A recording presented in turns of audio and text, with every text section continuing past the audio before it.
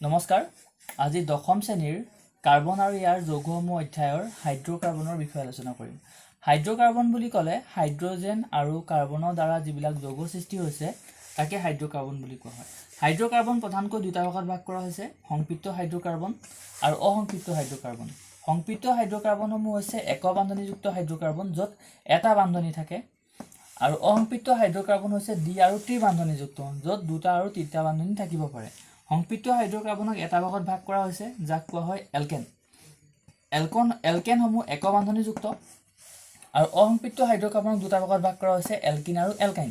এলকিনসমূহ দ্বি বান্ধনীযুক্ত আৰু এলকাইনসমূহ ত্ৰি বান্ধনীযুক্ত। এতিয়া এলকেনৰ সাধাৰণ সংকেত হৈছে CnH2n+1। ইয়াৰ পৰা আমি কোনোবা এটা এলকেনত থকা কাৰ্বন যৌগ আমি উলিয়াব পাৰোঁ এই ফৰ্মুলাৰ সহায়ত। এইটো পৰীক্ষাত আহি থাকে দেই, এলকেনৰ সাধাৰণ সংকেত।